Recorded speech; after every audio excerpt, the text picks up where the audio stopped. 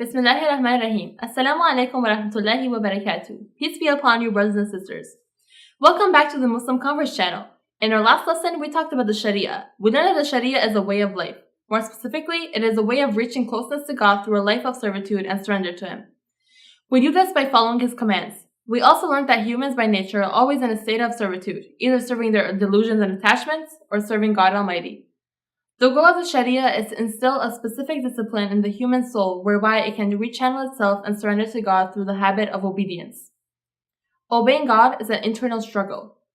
On one hand, we have a desire to want to do our own thing, but on the other, God is asking us to do what He wants.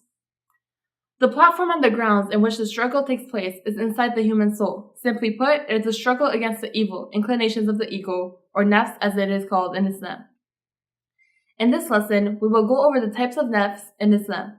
For unto him who shall have transgressed the bounds of what is right, and preferred the life of this world over God and the good of his own soul, the hellfire shall be his refuge. But unto him who shall have stood in fears of his sustainer*s presence, and held back his inner self from base desires, then indeed paradise shall be his refuge. Chapter 72, verses 37 to 41.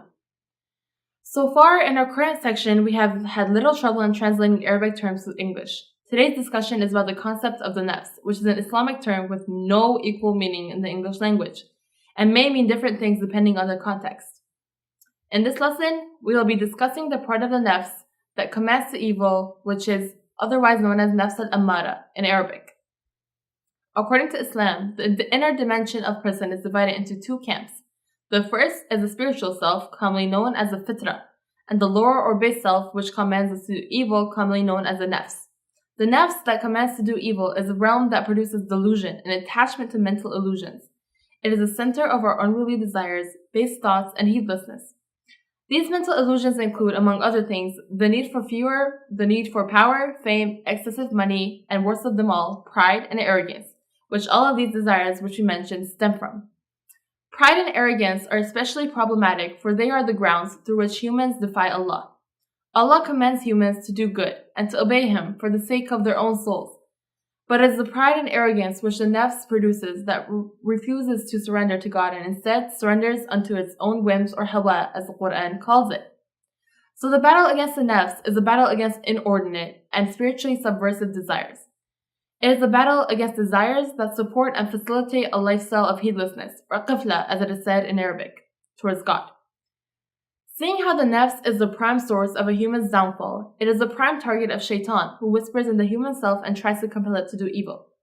The way one protects oneself from shaitan is self-control, that is, control of the nafs. God has given every human ability, an inner gauge that helps us orient ourselves towards God. A diseased self is where the inner gauge and will to control the nafs become corrupted. As one sins, darkness develops inside. As this darkness develops, it becomes harder to fight one's nafs. One must not despair, however, for not only does God forgive, but despite one's circumstances and mistakes, God has given us a way to win this battle. How does one go about in winning this battle? Recall that the battle is between the nafs and the fitra. Whichever one wins depends on which one we feed the most. If we spend our lives indulging in every whimsical and carnal desire, such as gluttony, drugs, cigarettes, or wanting to show off, we will simply make the evil nafs stronger. As time goes by, it will be harder and harder to fix ourselves if we get into the habit of submitting to our selfish desires. Yet, if we spend more time on spiritual activities such as prayer, reading the Qur'an, and saying no to the whims of the nafs, then one strengthens the fitra. And one repeats this over and over again, it becomes easier and easier to say no to the nafs. If you haven't noticed already, the key factor that determines which side wins in the battle of the nafs is habit.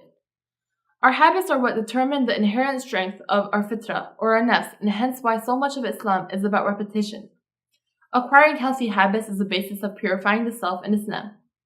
The Qur'an says, "The day where neither wealth nor children will benefit anyone except for he who comes to Allah with a pure and sound heart." Chapter 26 of the Qur'an, verses 88 to 89. A subject that has often been repeated in our lessons is that of the pure heart, or al-qalb al-salim. The pure heart is what truly determines success in the eternal life to come. The pure heart is a heart that is full of God's remembrance and is empty of sin, pride, and other spiritual pollutants. This comes about through feeding the soul with spiritually nutritious food. Doing it once or twice, or haphazardly, is not enough. Long vigils of prayers here and there are not sufficient either. In fact, sometimes it can be spiritually detrimental. What does work is consistency in whatever spiritual practice one does. That is the key to success in winning the battle against the nafs. Simply asking God's forgiveness is not enough. One must couple it with action. Until next time, thank you for watching. Assalamu alaikum wa rahmatullahi wa barakatuh.